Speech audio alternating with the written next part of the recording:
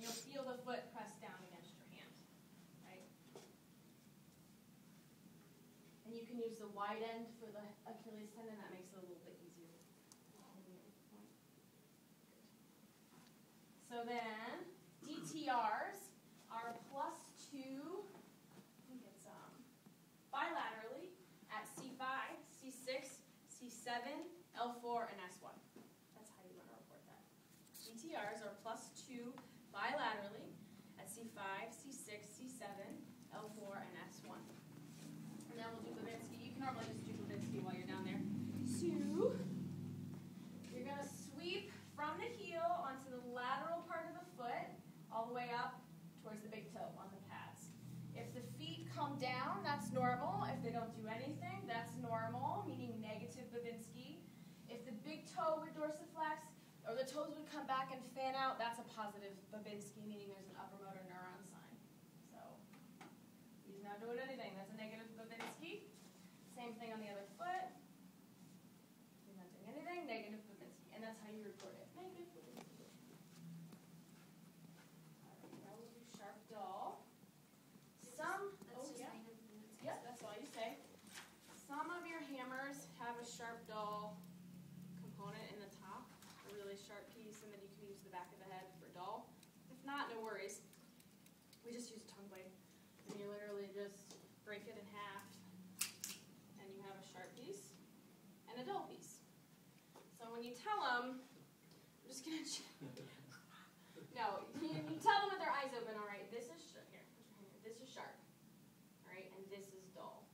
And when you do dull, I want you to place the flat side on their skin, not this dull edge, because that can feel like a dull, sharp edge, and they can have a hard time feeling that. So you want to make sure it's flat. So we're going to check the hands and the feet. And for the top of the hand, you're going to do these two areas, one on either side of the middle finger, because they're two different nerves, right? Oh, yeah. So we need to check here and here. For the palm, check here and here. It's the same nerve, I just check the palm to make sure they have additional sensation here.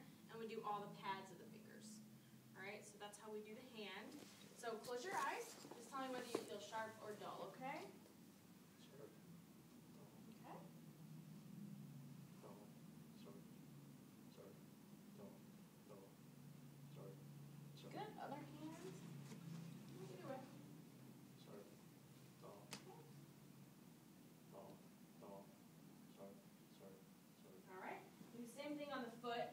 With the feet, though, you have to do a little bit more because they're innervated L4, L5, S1 on the side, and S1 in the back. So we actually do check side, top, lateral foot, and back foot. Okay? And then we do the pads of the toes again, and then I check the middle ball of the foot or towards the center of the foot and down by the heel as well. Okay?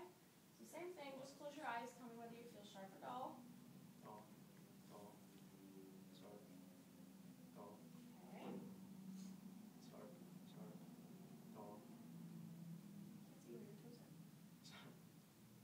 Dull. Dull. Sharp. Dull. Okay. So very quick, again on this foot. Dull. Sharp. Dull. Sharp. Sharp. Sharp. Dull. Dull. Dull. Sharp. Sharp. Good. So we're done there. So you say sharp, dull, discrimination, intact, and accurate in the hands and feet bilaterally. Sharp, dull, discrimination is intact and accurate in the hands and feet bilaterally. Okay. Now we'll do vibration sense. So we need a tuning fork for this.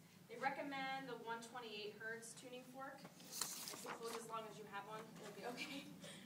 But I think it's because they don't hear this one as well. They feel it, so they can't change. But basically what you do is you're going to do this on 2 or 3 fingers of the hands and 2 or 3 toes of the feet. And you're going to do it on the dip joints only, okay? Or else there's less chance of that traveling up their arms. So you're going to do it on the dips of the fingers and the toes. And basically you want to make sure they can feel it with their eyes open. Can you feel this? All right, because if they can't, when you have a problem, we're not even going to do this test, right? So I'm just going to, I want you to tell me when you can feel it and then when you cannot feel it, okay? So close your eyes for me. And you just pick, here's, you just hold your hand up there.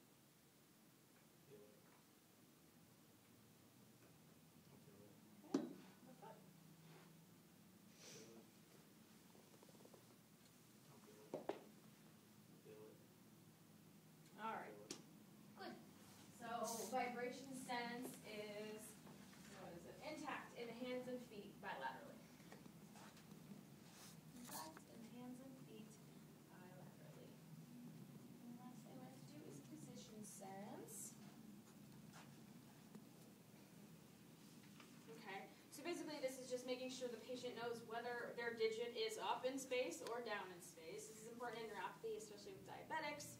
That's why we check. Again, we hold by the dip of the toes and the fingers, and we're only going to go 2 to 3 fingers per hand, 2 to 3 toes per foot.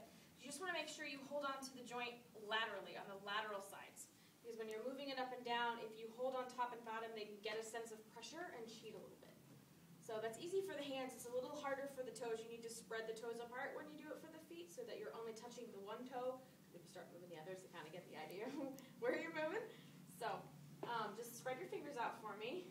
This is up. You can, with your eyes open, so I'm going to move your finger. This is up, and this is down, okay? So close your eyes and tell me whether you feel up or down. Okay?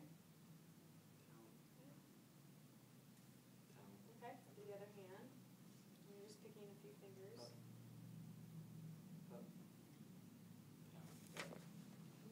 Feet. Now he would have his socks off, right? And I would be separating his toes so that, I could get my hand on either side of the foot to move the toe, and then to move like this toe, right? Okay, same thing. It's okay for you to spread the toes, no biggie. This is a little obvious with socks on them.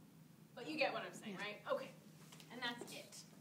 I know that seems like a lot because I was talking to teaching, but you can totally do this in 15 minutes. So, Any questions? Yes. so what do we say? Do we say position sense is intact? Intact bilaterally in the hands and feet. Or in the hands and feet bilaterally. Exactly.